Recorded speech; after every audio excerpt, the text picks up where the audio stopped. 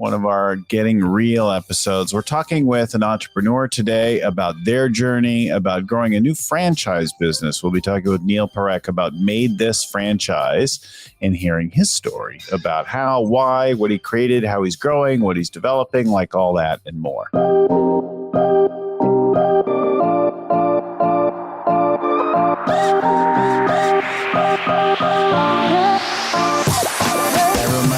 Gallagher, host of the Scaling Up Business Podcast, your scaling coach, your friendly neighborhood scaling coach.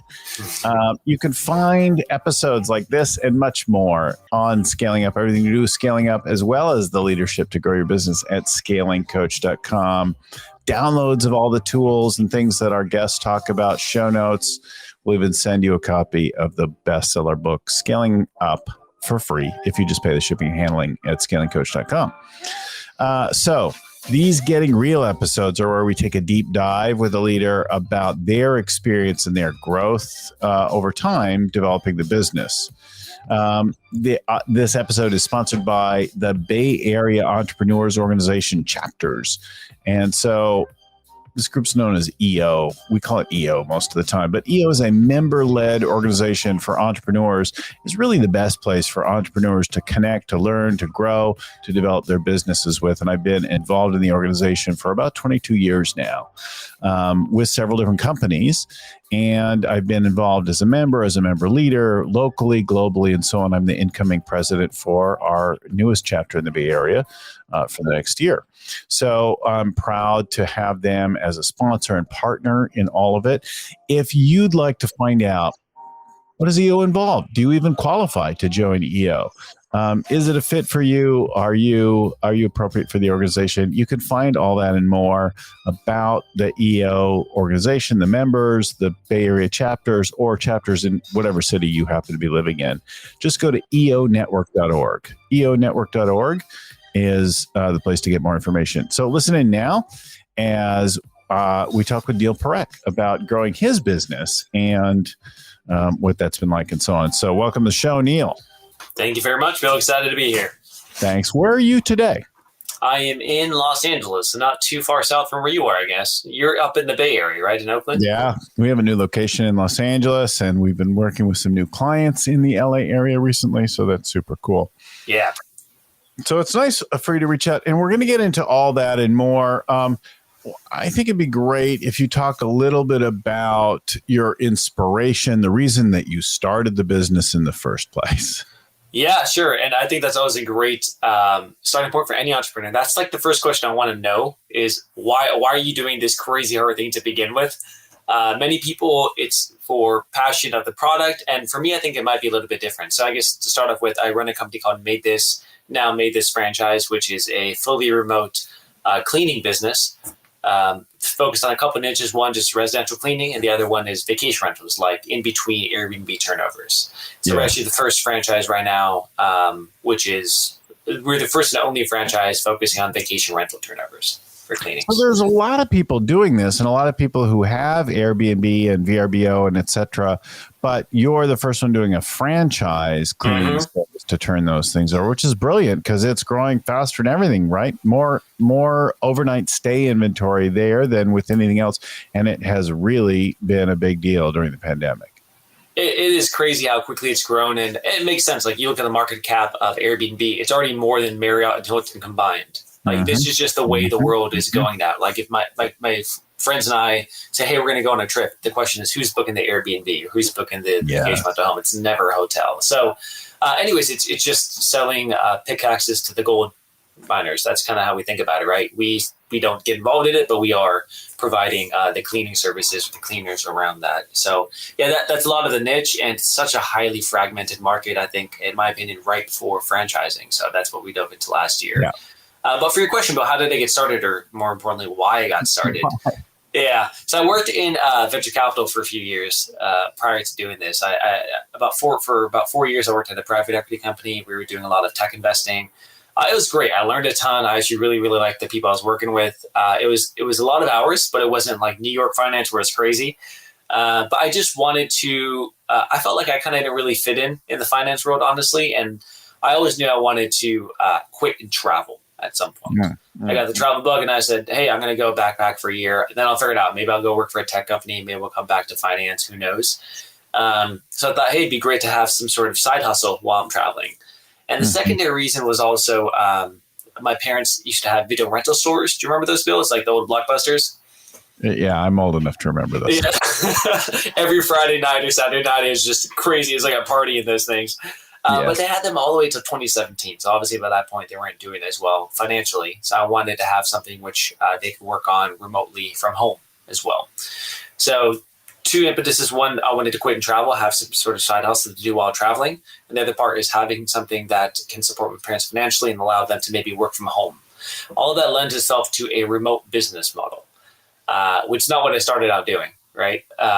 But eventually, through lots of trial and error with many, many different things, that's what I came to. But those are the two whys. Yeah, it's interesting.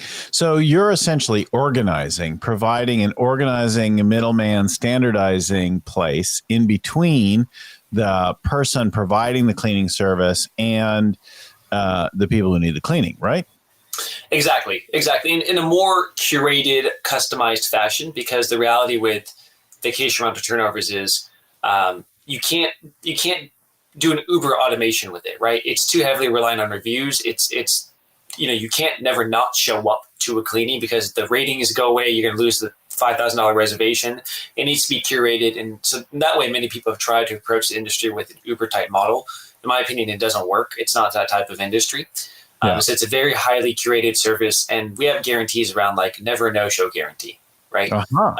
Or at least on the residential end is free recleans, satisfaction guarantee. So the guarantees provide assurances, and on our ends, we just do everything we can to make sure the people in the system are the people who could execute the cleaning for the clients the best, and just exactly like you said, being the middleman for that and having this very curated platform. So first you developed this service, this platform, and now you're franchising that, taking that structure system that you've developed and then offering that to others. Is that right? Exactly. Yeah.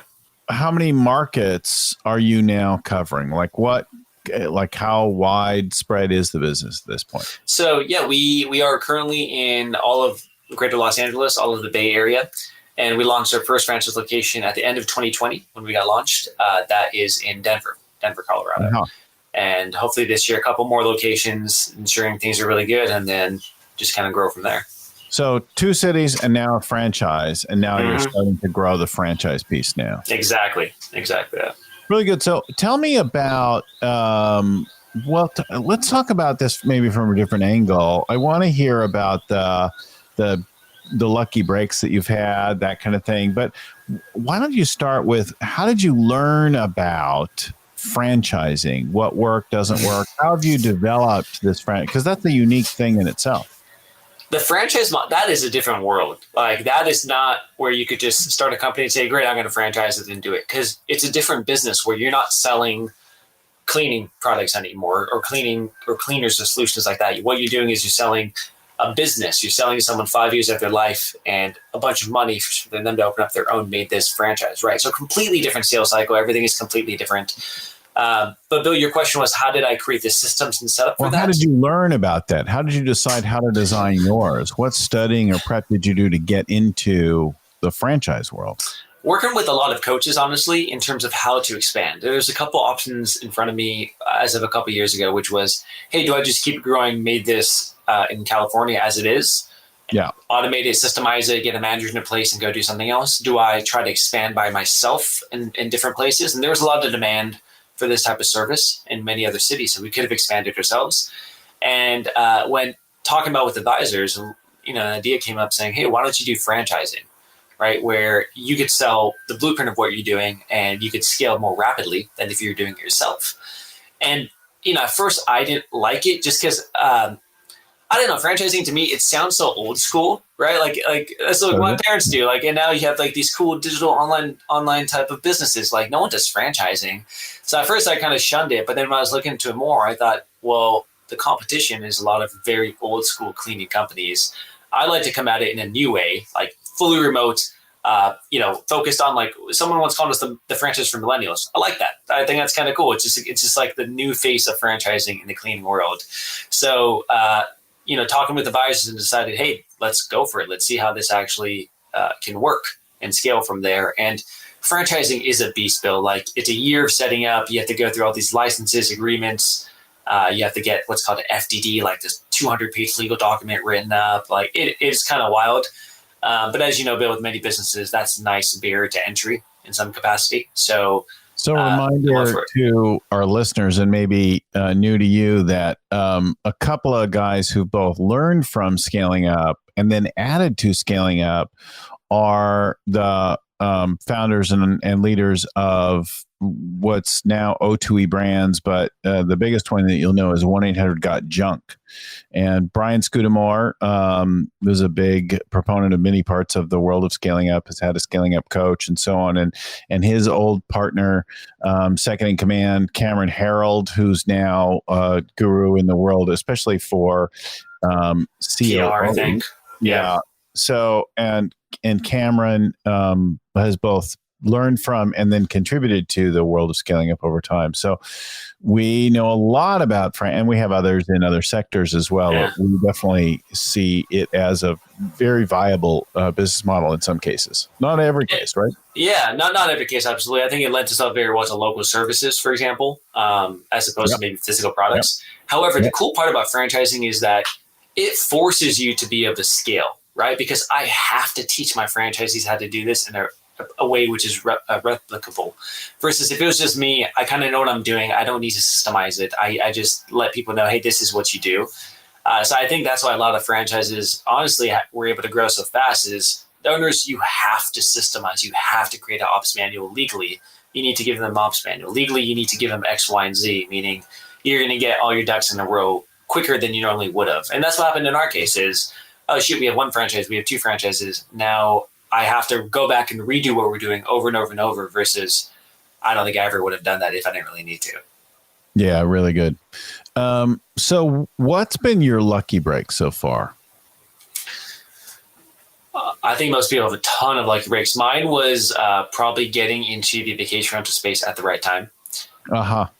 Right. 2013 is when we started, and I did it a couple years part-time before going full-time. And then I booked a one-way flight to South America, and I was gone for 5 years, just working on this, but just traveling.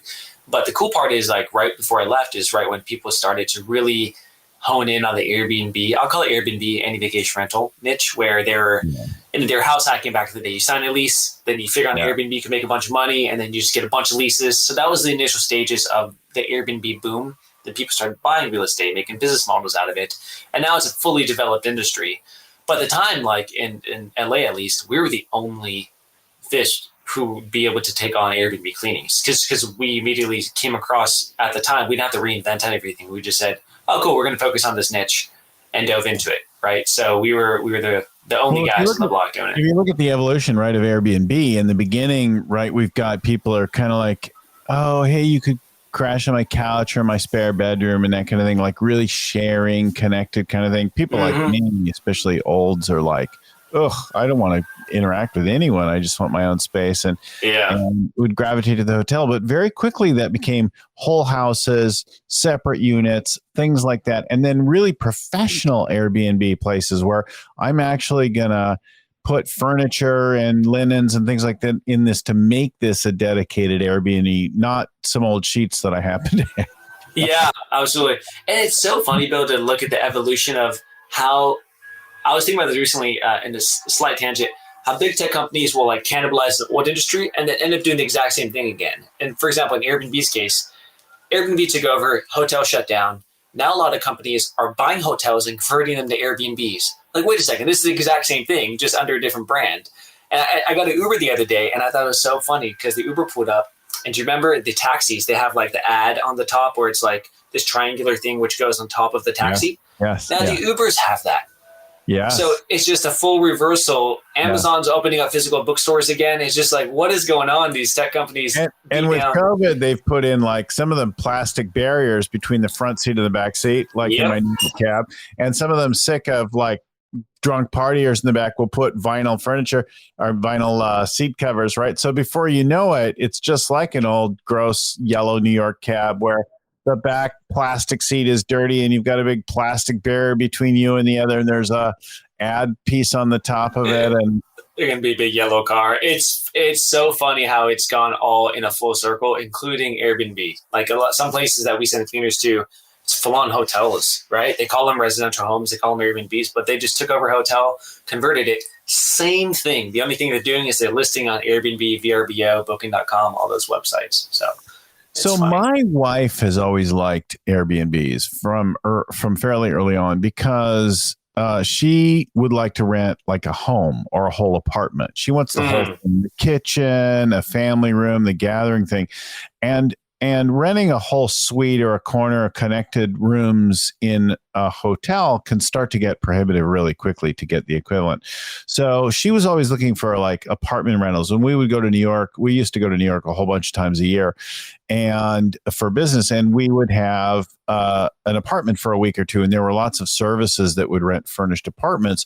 But after a while, I can remember going to them, and you'd like arrive at one, and like the regular occupant resident would be like hurriedly grabbing their things out and tidying around. It just felt like, ew, like I'm now in somebody else's space, not like that professional, clean, commercial space that I'm walking into. And so that was a little bit off. And that actually was my impediment often to the Airbnb. I wanted to arrive and be greeted at a front desk to say, oh, we've got you a little bit better room. And then a room that maybe wasn't the coolest always, but like was consistent and professional and that kind of thing. And every now and then I'd get an Airbnb and be like, oh, I can't seem to find any hotel rooms in Palo Alto next week, but and I need a place for a night or two. And so I'd get somebody's Airbnb, and then I'd go in and be like, oh, this is like their weird like kids room, and they've got some sheets on the bed, and what the heck am I doing? Those are the early days of it, right? Now it's all just professional, right? And honestly, at least, right? And you could tell the ones that are and that aren't. Yeah, and they're priced accordingly too, right? And that's kind of how it is.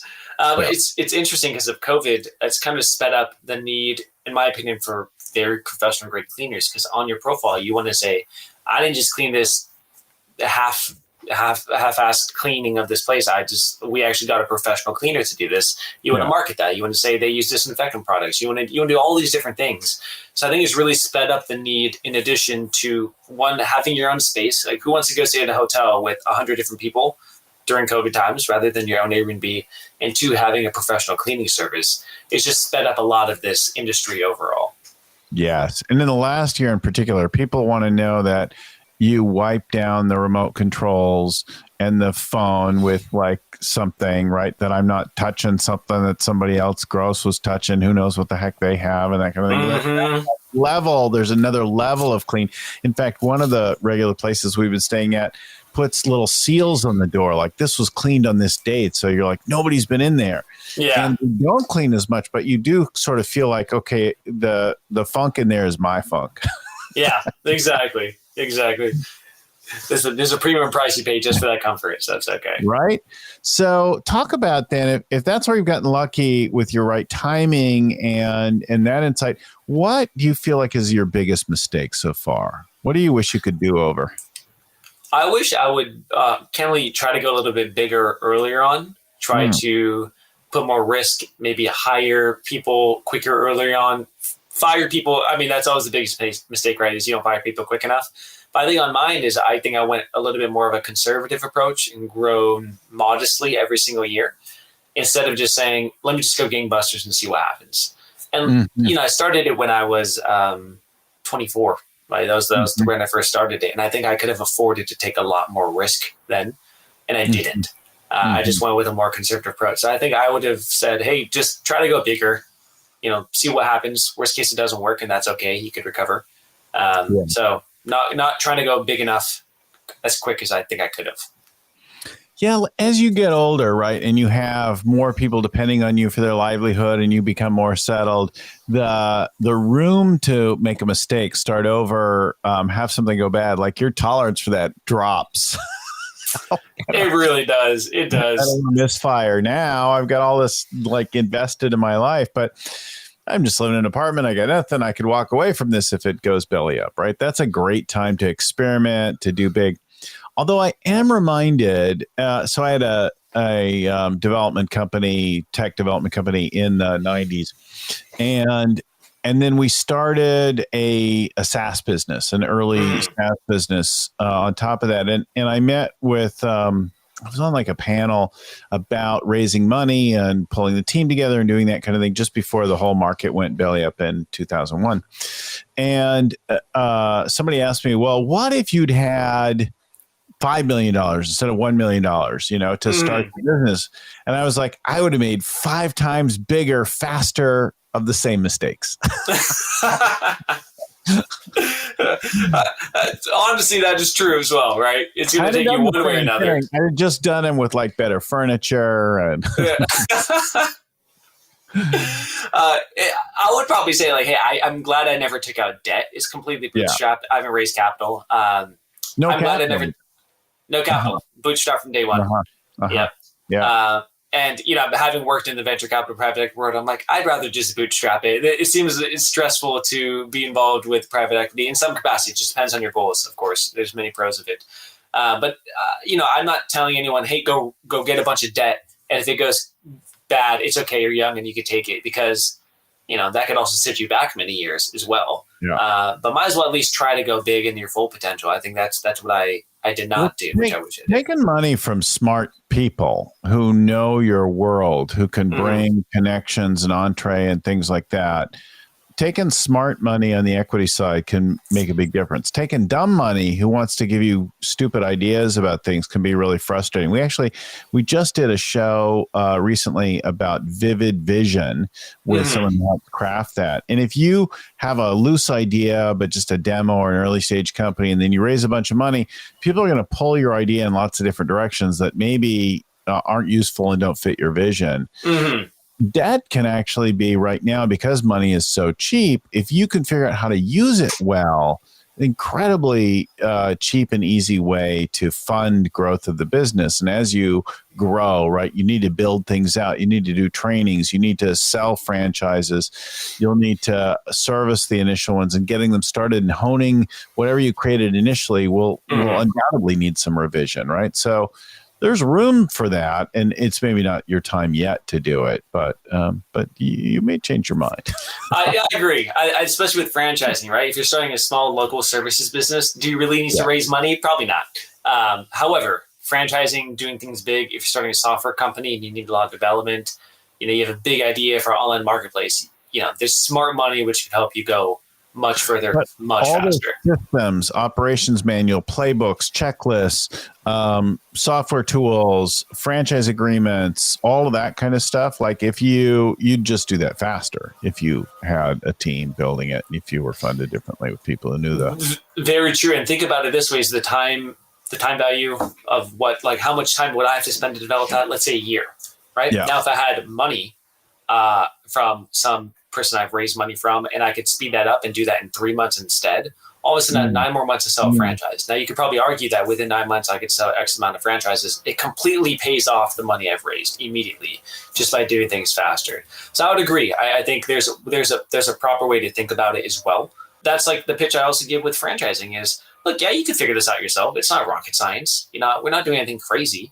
However, you're going to lose a year making the same mistakes I did, at least a year, maybe 2 years. Now look at how much revenue we're doing right now, and if I had 1 or 2 years more of that revenue, right, it pays itself back immediately. So definitely agree. Now, your what kind of advisory board or folks do you have keeping you sharp and giving you feedback on your moves in growing the business? Yeah, I am always part of mastermind groups and coaching. It's just so invaluable just to make you avoid any mistakes. So I'm part of a mastermind group and a coaching program just for local businesses, like local services businesses, which is great because I could develop my corporate offices and take those changes and move it over to the franchise locations too. Also part of a mastermind group and coaching program for franchising, just people running franchise businesses in general. So any business I start, anything I do, even physical activity and gym workouts, that'd be with coaching or groups. It's just, it makes you go so much faster, I think. So that's usually my sounding board before I do anything I need to, any big changes. I'd always run it by the group. Many times there's other business owners who've already gone through that problem, who say, this is what I did and didn't work. More often than not, I don't have like a crazy aha moment, but more it's like, hey, don't do that. And I'm just like, whew, I just saved myself a bunch of time and trial and error by having someone tell me they've already done it and it doesn't work. So that's been the biggest benefit. And any franchise specific advisors now working with you? Yeah. I'm part of a franchise mastermind group, more than just individual coaching. So great. So you're getting both, some peers as well as some people down the road. Exactly. What's a brag, right? What's been a smooth move you've done? What do you feel proud of personally? That's such an awkward question, isn't it, Bill? It's like, well, 100%. I would say my humble brag would be that because I did this remotely, I was able to travel the world for 5 years while building this business. Everything is completely remote. My team is across 7 or 8 different countries right now. I was personally living in 30 countries in the last 5 years. I think it's really cool. I mean, this is a very recent day and age where you could have a local services business and still do it remote. It's only happened right now because of the way technology has gone, because of the time we're in, because of the internet speed and of the countries. So I think I was able to jump on that, I'll call it bandwagon or whatever it is, pretty early on. And I think it's also, I ended up meeting a lot of other entrepreneurs who are doing something similar, building the network, an international network of people, which has honestly helped grow my business so much faster, right? Because I'm connecting with so many unique types of people just from being in that location independent entrepreneur type of a community. I think it's helped me out a lot personally. But that would be my humble brag is, hey, I've traveled a lot of countries while working full time, while trying to build a franchise business. And I think it's kind of cool. Okay, quick one then. Where was it really hard to work and where was it really easy to work? Bill, there's so many places where I was like, I will pay $1,000 for good Wi-Fi right now. I don't care. Just give me good Wi-Fi. It's like the most first world problem possible. But so many places I was so pissed off at the speed of the Wi-Fi. Yes. So now I learned after a couple years of traveling, I will only go to places which have access to like a co-working space at least. Yes. And if they don't have access to that, then, I'll make a home base in that place close by and just do day trips somewhere else if I need to. But a lot of Central America was where I was going initially because it was good for time zones. And that was kind of hard, to be honest, with the internet speed. Not good. Not the great in the middle of Guatemala, you're just somewhere in the mountains. You're like, all right, I'm just trying to get signal here. I just need to send this invoice over. It is. So I ended up getting like hotspots, which you never fully work out well. So, there's tricks to get around it. It's not nearly as hard as you would think, but I did get prevented from going to places I would have loved to go to. Middle of the Amazon forest. I guarantee there's no Wi-Fi over there. So, just can't do things like that. But a lot of places where it's remote, where some of the coolest experiences would happen, you might not be able to go to just because of the Wi-Fi situation. So where did you find good Wi-Fi? Everywhere around Europe, of course. Thailand is actually like kind of one of the meccas for location independent entrepreneurs, or like digital nomads as they call them. So there's always really good Wi-Fi there, surprisingly. Honestly, if you stay in any big cities, and you're going to find co-working spaces, co-living spaces, it's going to be there. And so, the whole world's so dependent on Wi-Fi now that as long as you're not anywhere completely remote, you're going to be fine. I was in the middle of Africa and I was getting Wi-Fi. So it was pretty good now. Interesting. Yeah. Yeah, I think, I can remember working in before the web in the 90s. But the web existed, but it was not a force yet.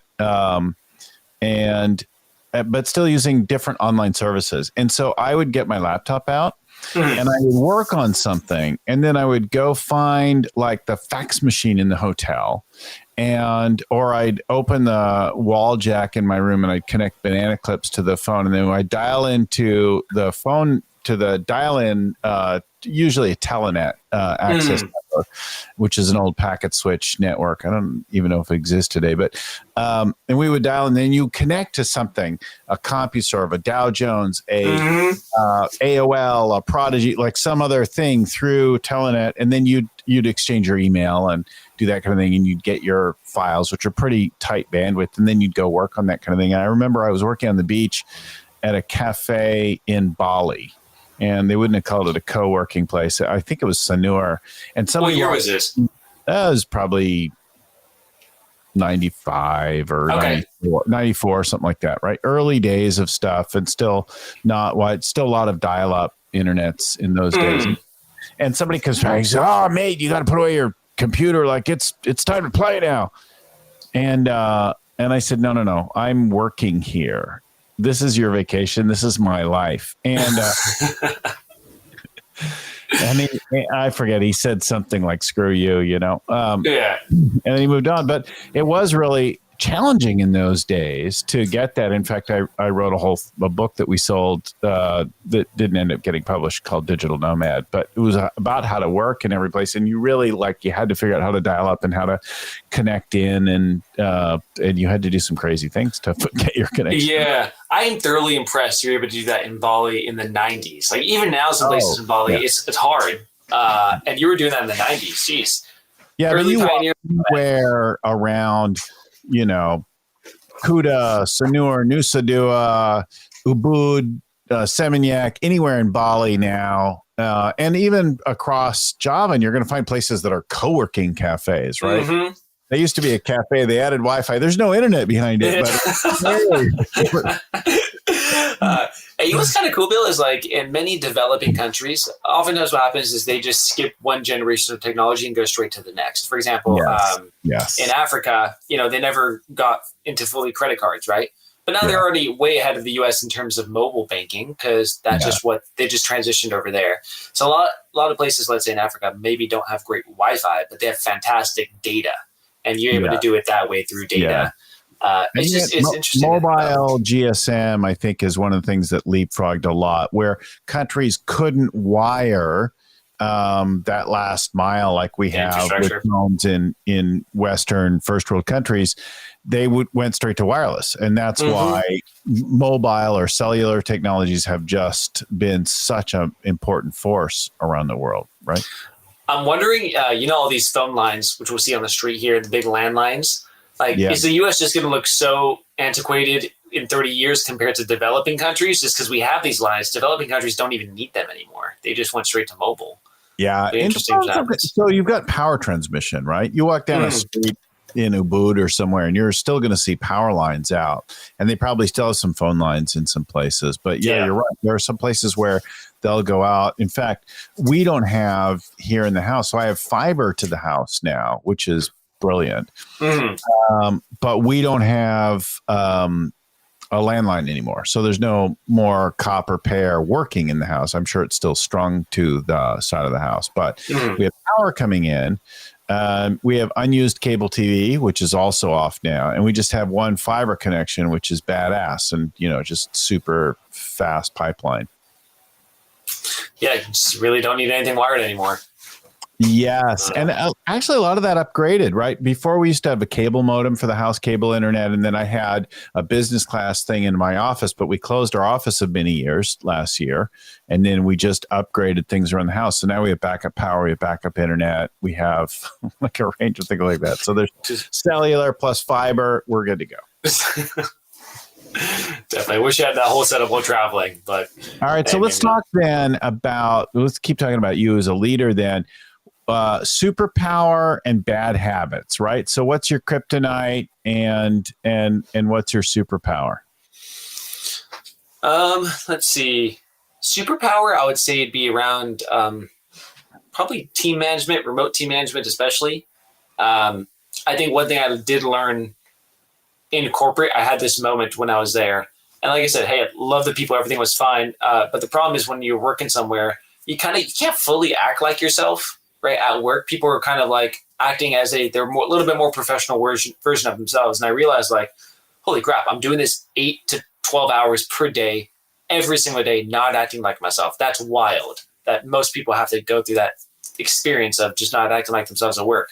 So whenever I start my company, the whole thing is you're remote. I don't care what you do. Act however you want. Just be you because you're going to be here for 8 to 12 hours a day. It's exhausting to not be yourself during the time. So my focus has always been, be who you are. This is who we are. Either you completely jive with it or you don't, and that's totally fine. I just want you to be who you are. So I think a lot of that methodology and a lot of that philosophy has seeped into our job ads in terms of recruiting, but mostly internal team members. versus the cleaners, but a lot of the office staff. So I think a lot of the finding internal team members, making them indoctrinated into the culture, and also just managing remote staff. And everyone has remote staff now, right? It's post-COVID, so everyone has remote staff. However, we've been doing this for so long that there's many systems and tools in the place for that.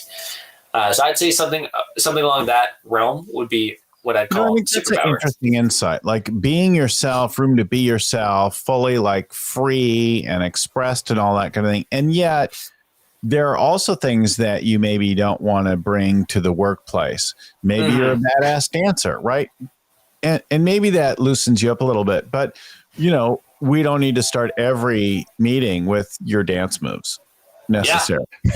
Yeah, exactly. So I say that with a caveat. What's appropriate in the place and what's not. Like we learn a new language, we speak that language, we embrace certain things when we go to work, and yet there's where it goes too far and you're actually suppressing something special and important about yourself. That's an interesting insight and a balance there, right?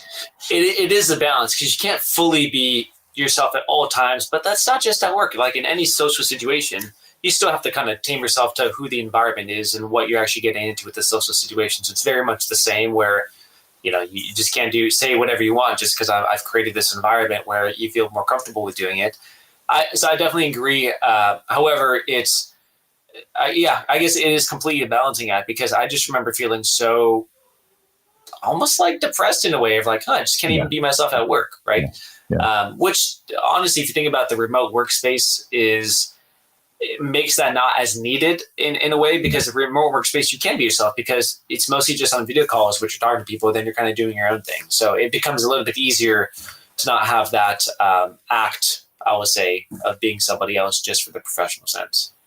Well, early in my career, I worked for a big telecom company and I had some big success and that kind of thing. But along the way, I had some embarrassing setbacks and frustrations where I said something that was really out of character and out of place, acted in particular ways, and I was found shame and embarrassment. I developed fear, and then I ended up limiting myself and becoming a very sort of like neutral, reserved kind of thing. Maybe a little bit about like what you're talking about. So instead of being irreverent, funny, playful, really expressive and loose, I became kind of more gray and reserved and that kind of thing. And I noticed that my results also. So I grew a piece of business pretty big and did that. But I also then found that I sort of suppressed some things that were more uniquely me in the process. And it took me a lot of time to kind of rediscover swagger. Right. To get back a little play, to get back a little freedom to be loose, to be playful, to be funny, to be maybe a little irreverent or a little borderline sometimes. And that's actually gives you some power, right? But pisses some people off. Yeah. Did that come back to you after you left the company or was that? Yeah, well after. That took a few gigs and years in between for me to go, like that was more of a midlife thing. Like, wait a minute, how did I get to be like this? Jesus. What do you think caused that? Was it just fun? Yeah. I think there's a natural thing about life that narrows us in with this mistake and that embarrassing moment. And when we get into the safer and safer place that is more and more gray and boring and that kind of thing. And then at some point we look at it, maybe we freaking die like that. But we could look at it and we could go, wait a minute. I used to be fun. I used to be cool. I used to like whatever. Wow, maybe I need to throw this stuff off and go nuts. And, there are different life reckonings and moments that can cause that for us. But that's always available to sort of get that self-awareness and then reclaim that thing.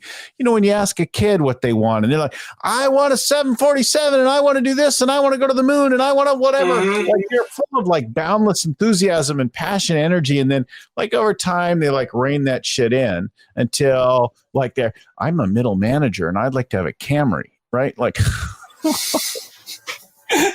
wrong with Camrys, by the way. That was my first car. Super awesome. Yeah. sure it was badass? Did you put some special things on it, like enhance it? Yeah. Talk of the town at my high school. Of course. Yeah. But it is funny that you've had that experience. You've had that realization later on as well. I'm so curious if it's just, honestly, I think you summarized it perfectly, where it's like those random embarrassing moments where you probably remember it too much in your head. Then you think, oh, shoot, I shouldn't have said that. And then you tone it down. Yeah. And it's tough to battle that without self-realization, right? Like you can't just work yourself out of that naturally. Well, did you ever watch like a video of someone who does something really out of character, like an old person who busts some great dance moves or like says something or whatever, and you're like, oh my God, look at that freedom. They just don't give a crap anymore, and they're just going to like be totally, I want to be old like that. Yep, absolutely. And hopefully I can get there without being old, right? Maybe. So what's a bad habit that you are currently struggling with? A bad habit. I'd say, look, I'll give you a habit in business I think I'm struggling with right now is actively trying not to get involved in the day-to-day operations. And Bill, you know all about this with scaling up. But it's tough. Sometimes I feel guilt because I see my team struggling and I'm like, I'm just going to get involved, help them out. Problem with that, though, I've realized is then they'll start relying on you for that. They'll start pinging you in Slack saying, Neel, what do we do in this situation? But it is tough to watch something burning and knowing I could put it out and not putting it out, right? Yeah. And it's tough. And, if I sit back objectively and look at it, I could say, look, the time value of my money, I'd rather spend it on doing franchise operations, which have the bigger ROI as opposed to putting out a fire with an individual cleaning customer in LA. But at the same time, you're like, well, shoot, if I don't put this out, we're going to lose money. The team's struggling. What do I do? So I think it's a habit for me just reverting to being the superhero. It's a bad habit for me to like maybe feel guilt for my not helping out my team when I should. That's something I'm kind of grappling with of trying to truly get over from a mentality perspective. Yeah, I totally get that. Yeah. And that is why we enshrine and teach and deeply ingrain our habits into a company. So let's get the meeting cadence down right. Let's develop the scorecards and dashboards for the business. Let's put a few metrics that do that. Let's have a regular cadence of setting priorities and tracking priorities for the business so that you are not as involved in things. Let's develop a culture of accountability where we have clear owners of key functions and core processes so that those things are owned out. We relate to people as owners and we're not answering every question every day. But then there's that other side of it of like what you're struggling with right now is saying, yeah, no, I'm not going to tell you what to do. That's really hard. I'm not going to solve this. I'm not going to take this customer call. Like, you guys figure it out and deal with it. Yeah. And honestly, but that's the tough part because you don't know if it's your lack of systems which have caused this to happen or is it the person's not taking ownership over it? It's hard to know. Right? You're like, oh, shoot, maybe I didn't put them in the right position to see the right seat on the bus. And that's why this isn't happening. And that's the ongoing struggle, I think. And we run L10 meetings as well. But there's so many different layers of it, I think, that you need to get through. And it's constant reiterations, which make it better and better. And that's kind of, in my opinion, that's just kind of the journey. You just got to reiterate it from start to finish, see what's not working well, keep doing it over and over and over. So for our listeners, that's like our 4D meeting. Teams will have a meeting every week or two, and they will go through discovery, discussion, decision, and delegation, and try to keep themselves on track to their quarter plans with that. That's the equivalent in our world. Yeah. What it's interesting you said, well, if the company fails, right, it'll be your fault. And if the company is successful, you can thank everyone else for making it that way. Story of our lives, right? Yeah. There's an old like saying, I think it's an old like Arabic saying that success has 1,000 fathers, but failure is an orphan. Very accurate. Very accurate. So if you were going to go back and talk to your younger self, maybe before the company or as you began your career, what advice would you give that younger Neel? Mine would be very, I'd still say, hey, go do your travel thing like what you wanted to do. I'd say it's very much what we talked about earlier, Bill, with the risk taking. Saying, look, you can afford to take risks. If you don't need the money right now, put all your profits back to growing the business. scale as much as you can and just keep learning and try a lot of different things out. So move faster if you have the ability to move faster. If you don't need to pull out profits, don't pull out profits, and just grow and just try to go a little bit bigger, faster, and see what happens. Worst case, you fail, but it's okay. You know, a little more courage, a little more risk, and more courage, more. And like at the beginning, that was my first true entrepreneurial endeavor, right? I tried a bunch of different like side projects, side hustles, but this was my first big one. So with that, you're also worried if you yourself are able to do it. Did you do any early things like as a kid? Did you have any entrepreneurial activities? Oh, yeah, a ton of them. And I think it's part of it growing up with my parents were immigrants. They had small businesses their whole life just to support it, including the video rental stores. But let's see. Here's a funny one. This was in college. It was just more of hustles than anything, Bill, just because I wasn't like thinking about scaling up or like having meetings with my team. I was just like, how do I make a quick buck, basically? Yeah. So started first with like drop shipping, Nike SB shoes from China. Then this one was kind of funny is, do you remember 2008, Obama got elected and the newspapers, I was in college at the time. Yeah. This guy Obama, I don't know if you heard of him. It's hard to remember that was a thing given the last 4 years. I know. Yeah. So he got elected in 2008 and the newspapers all said, first Black president. And I was at UC San Diego at the time, and they were giving out free newspapers. Anyways, I checked eBay, and all those newspapers were selling for $100 on eBay. Yeah. So my friends and I were like, "Oh my God, we should go get the newspapers." All of them were gone, of course. So we thought, okay, what's the next biggest thing that's going to happen? Oh, Obama's inauguration. Yeah. So we got a group together, woke up at 4 a.m. on his inauguration day, took every single newspaper from campus, hundreds of newspapers, put them in a little dorm room and thought, we're going to get rich. Not a single one of them sold.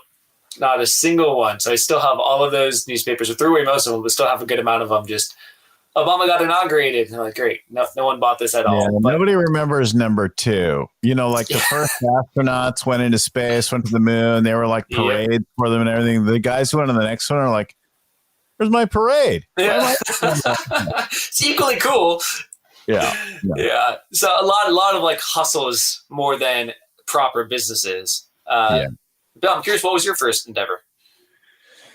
That's a good question. Paper route is actually a job, although you're supposed to sort of run it yourself and to collect money and that kind of thing. I had a little thing selling tickets that I did in a particularly entrepreneurial way.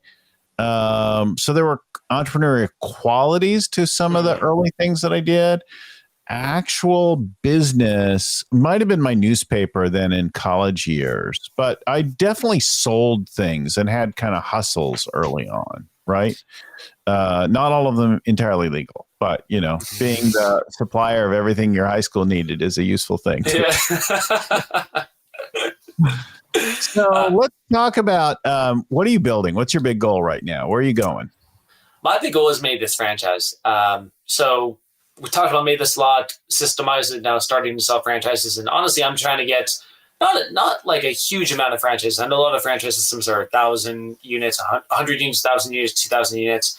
Yeah. I just want to be honest, sign up 20 people who I know where we could drastically help change their lives with MaidThis Franchise and the way I did it.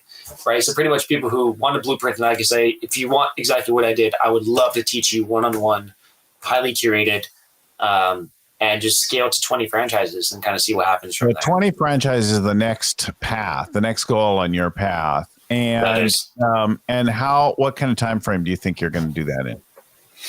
This year, we're just aiming for a modest growth. I want to prove out everything. So a couple more, and then we'll have 3. And then from there, it could be within the next 3 to 5 years. We'll probably achieve that. So it's a 3 to 5 year kind of thing. 3 to 5 year thing is the ideal. It depends on my advice, which I would give my younger self, I need to give myself right now, is spend the money, hire someone to scale this faster, right? Yeah. Like the same thing I was preaching to my 24-year-old self, I should probably preach to myself right now. So let's see. Yeah, we helped one company scale, not with a franchise, but with a company-owned geographic spread a few years ago. And there was developing the market opening playbook. There was developing the operating playbook. There was national operations. There were a couple of things to really hone and then bring the right people in and do it. And the company was sold successfully and put some money in the founder's pocket, and the early people in the company, but it didn't, they didn't go all in on some of those things, hiring the people, developing top rate tools. And so the success could have been at least 10x what it was in terms of the payout and the whole thing. Yeah. And it's scary to say, I'm going to develop all these resources to personnel, which I don't really know we're ever going to pan out. Right. And it's much easier just to say, I'm just going to keep it myself and figure it out when I do it. And then you just run out of time. Yeah. Is the problem. So. And you keep it small. Well, I want to remind our listeners that our episodes, our Getting Real episodes in particular, are sponsored by the Bay Area EO chapters. EO stands for Entrepreneurs Organizations. It's a member-led organization for entrepreneurs. You've got to qualify and apply and be accepted to join the organization, but it's really cool if you can. I've been around the thing for 22 years now with several companies. I'm one of the leaders in the organization. We have 3 chapters in the Bay Area where I live now. I'm president of one of them for the next year, and have been involved in other things over the years. But it's a great place to learn, connect with others. We have 14,000 members around the world, and I can call up somebody in virtually any chapter in any country and get a resource, find a friend, talk through an issue, that kind of thing. It really is an easy place to connect with other people. So if that's might be of interest to you in growing, developing your company, check out eonetwork.org.